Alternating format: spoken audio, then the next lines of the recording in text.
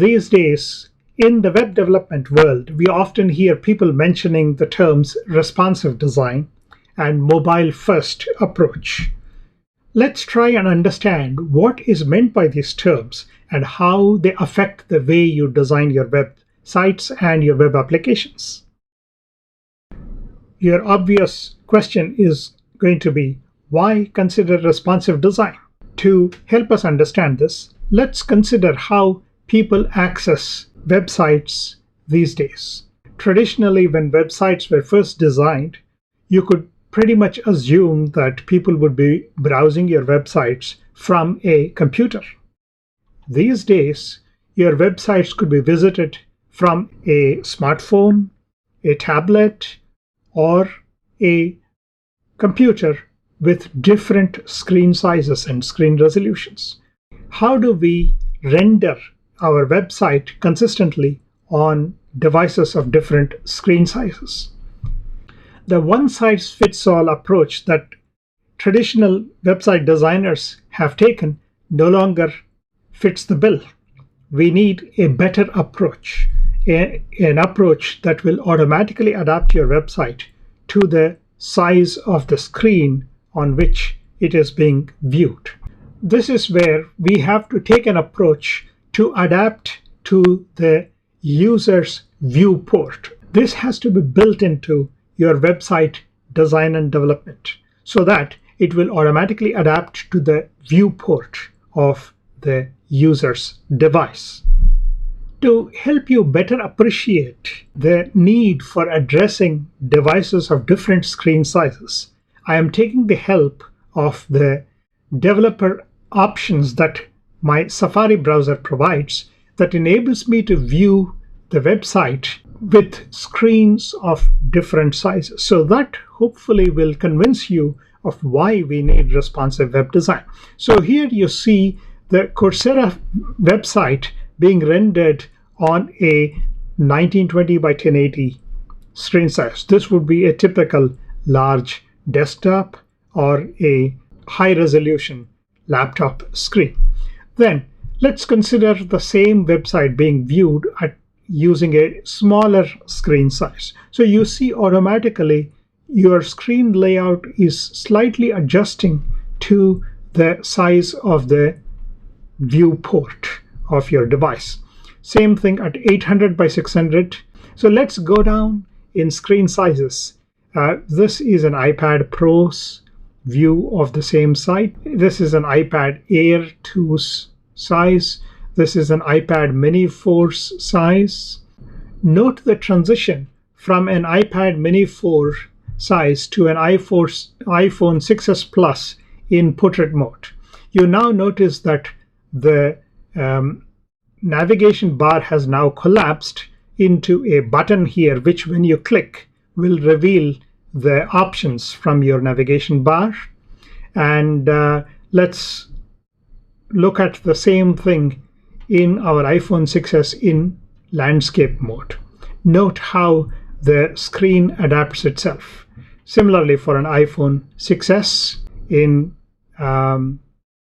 landscape mode, and go down to an iPhone SE, and you see how the website has changed the way it is being rendered. So hopefully this example has illustrated to you how and why we need responsive web design. The second related concept that you will hear is mobile first. The mobile first approach instead looks at designing your website for a mobile device first.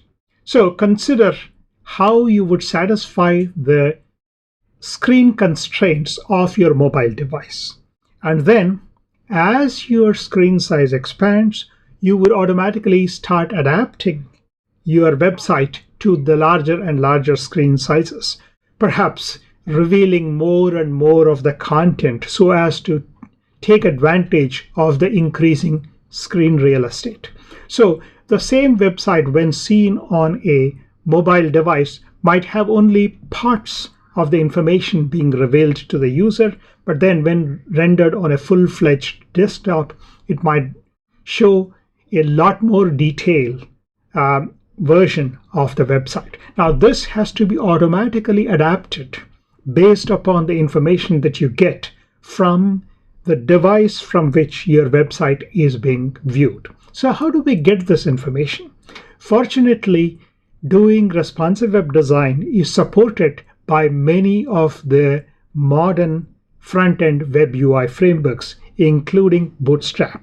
So when we looked at Bootstrap's definition on its web page, it says responsive mobile-first approach.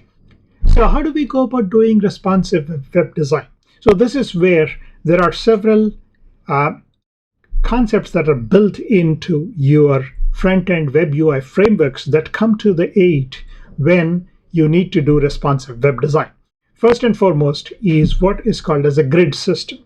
We're going to look at the Bootstrap's grid system in more detail in the next lecture so that we will understand exactly how we can leverage that to be able to do responsive web design.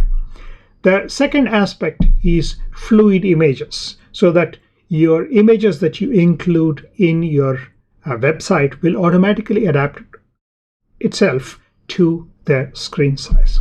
And the third part is what is called as CSS media queries. From your CSS code, you can query the size of the media and then appropriately adjust your CSS classes to fit the size of the device's screen. Now, how do media queries work? Let's look at that next. Media queries are supported in CSS like this. So the technology allows you to do a media query to specify the minimum width of the screen under which this particular set of CSS classes will be active. So this would be specified in your CSS file as @media, and then within brackets you specify, for example, min width.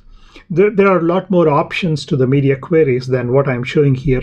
This is just one example of how you would do a media query in your CSS code. Taking a look at Bootstrap's CSS code itself, let's go in and see how media queries are being used by Bootstrap. So here you see an example of a media query where it says @media and min width 576 pixels, and then it specifies that this particular CSS class called container, which we will learn more about in the next lecture and also in the exercise that follows, we will see that the container's width is set based upon the width of the screen. Similarly, for a higher width screen, the container width is automatically adjusted. So this is what enables your web UI framework to support responsive web design. So doing media queries, your web UI framework is able to establish what kind of device you're rendering your website on and correspondingly adjust the CSS classes to fit that particular device's screen size. So then obviously the next question that is going to come into your mind is, how do we do this in practice? Fortunately, if you start with a well-designed front-end web UI framework like Bootstrap, things become very straightforward. We will learn more about this in the next lecture and the exercise that follows.